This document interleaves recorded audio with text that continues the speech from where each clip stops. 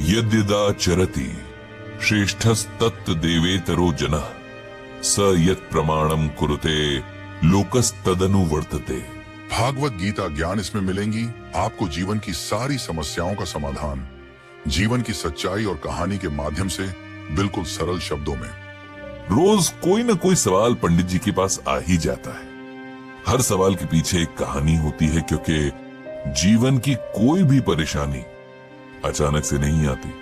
उसके पीछे सालों से एक भूमिका बन रही होती है। हमारे फैसले, हमारी इच्छाएं और हमारा व्यवहार सब मिलकर आने वाले कल की इबारत लिखते हैं। इसीलिए अगर आज की किसी परेशानी का हल तलाशना है, तब पुराने दिनों के पन्ने पलटने जरूरी हो जाते हैं। ऐसी ही एक किताब के पन्ने पलटने जा रहे हैं पंडित जी, ताकि उसकी मदद से किसी की परेशानी का हल गीता के पन्नों में तलाश सके।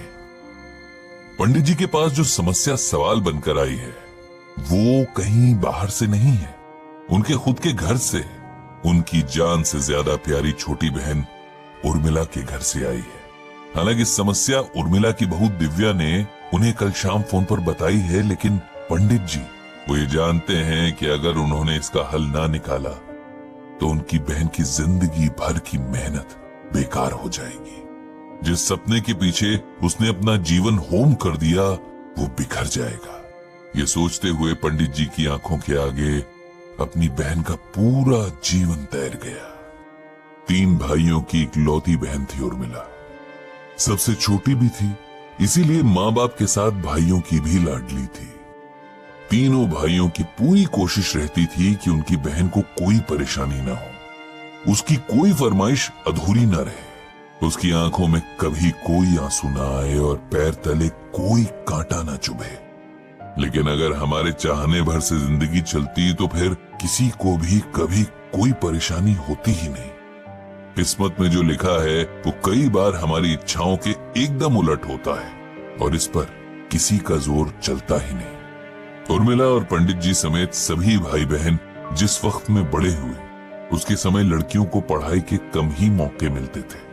फिर भी उनके माता पिता ने उर्मिला को 8वीं कक्षा तक पढ़ाया और फिर एक बहुत अच्छे परिवार के पढ़े लिखे लड़के से उसकी शादी भी करवा दी। उर्मिला का जीवन बहुत अच्छा चल रहा था।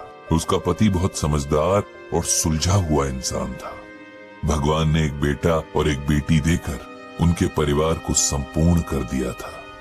जिस तरह के जीवन की उम्मीद कोई भी लड़की कर सकती है, उर्मिला के जीवन में वो सब कुछ था।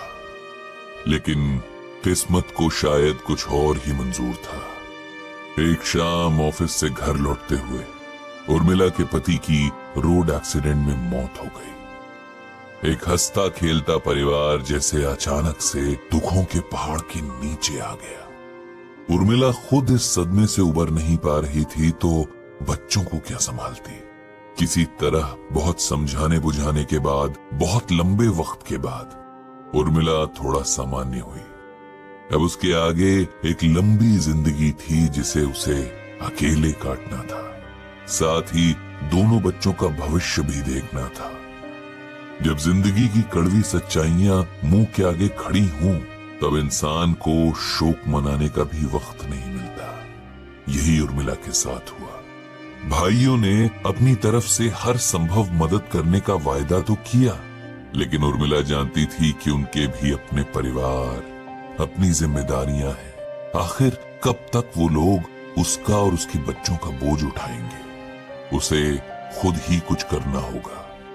वो ज्यादा पढ़ी लिखी तो थी नहीं, इसीलिए कहीं अच्छी नौकरी उसे मिल नहीं सकती थी, और इसीलिए उसने सिलाई का काम करने की ठानी।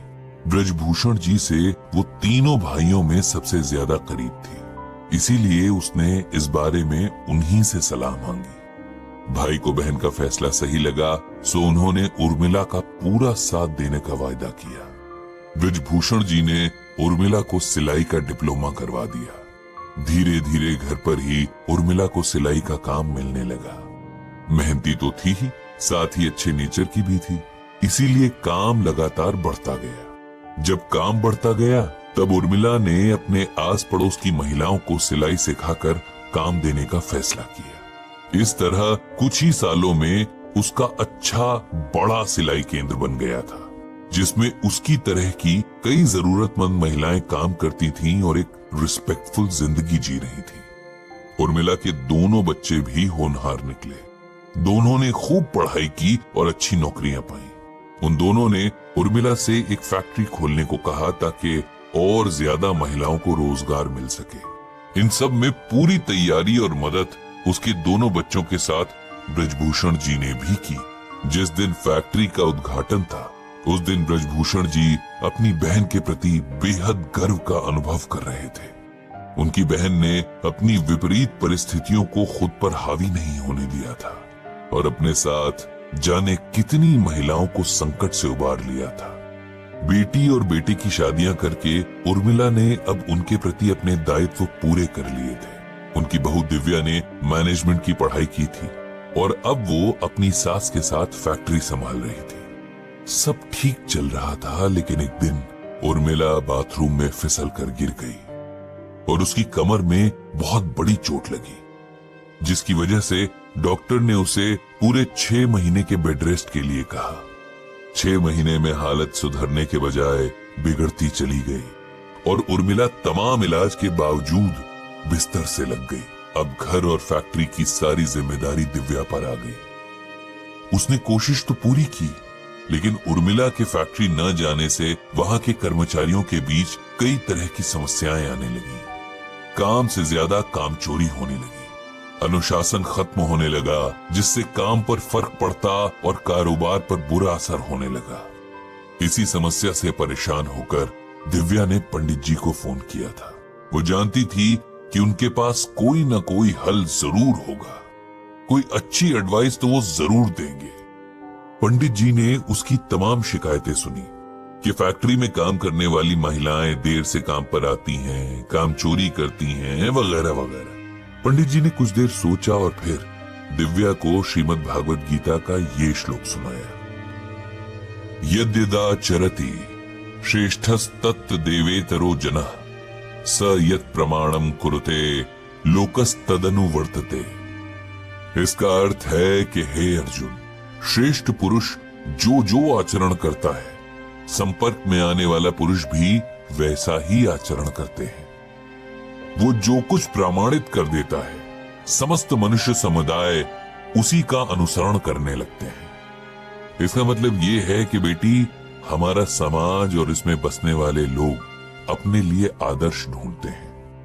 ऐसा आदर्श जब उन्हें मिल जाता है, तब वे भी उसके गुणों को अपने व्यक्तित्व में उतारने लग जाते हैं। इस तरह पूरा समाज एक आदर्श समाज बन जाता है। अगर इसका दूसरा अर्थ हम देखें तो वो इस तरह होगा कि किसी से भी कुछ अपेक्षा रखने से पहले हमें वैसा आचरण खुद भी करना पड़ता है, तभी हम अधिकार से दूसरों से अपेक्षा रख सकते हैं। यदि तुम चाहती हो कि तुम्हारे लिए काम करने वाले लोग आदर्श हों, तब तुम्हें भी उनके लिए आदर्श बनना पड़ेगा, ताकि वो तुम जैसा बनना चाहे। तुम्हारी सास यानी उर्मिला उनके लिए वही आदर्श थी।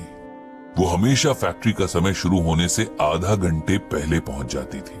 गेट पर खड़ी होकर आने वाले लगभग सभी स्टाफ मेंबर्स से मिलती, उनके हालचाल पूछती, अगर किसी को कोई समस्या हो तो उनकी मदद करने की कोशिश करती। काम के दौरान पूरी फैक्ट्री में घूमती रहती कि कहीं कोई दिक्कत तो नहीं। इस तरह स्टाफ को वो हमेशा उनके बीच मिलती। उनके सुख दुख में हमेशा साथ रहकर उर्मिला ने उन्हें बिल्कुल अपने परिवार की तरह बना लिया था। इसी वजह से सभी महिलाएं काम को अपना काम समझकर करती और सब खुश भी रहते। अब तुम सोचो कि मालकिन की तरह आधे दिन फैक्ट्री जाना, अपने एयर कंडीशन वाले ऑफिस में बैठे रहना और सिर्फ काम की बातें करना, ये बिहेवियर तुम्हें उन काम करने वाली महिलाओं के करीब लाएगा या उनसे दूर करेगा? दिव्या को अब समस्या की जड़ भी समझ आ रही थी और समाधान भी दिख गया था। उसने पंडित जी को बहुत बहुत धन्यवाद कहा और मन ही मन उनकी सलाह पर अमल करने का संकल्प लिया। पंडित जी ने भगवान श्री कृष्ण और श्रीमद् भागवत गीता को प्रणाम किया और प्रार्थना की कि प्रभु सभी को सही राह दिखाए। धन्यवाद। आशा करता हूँ इस गीता ज्ञान के माध्यम से आपकी सभी समस्याओं का समाधान कर सकूं। बाकी अगले एपिसोड में बात करेंगे।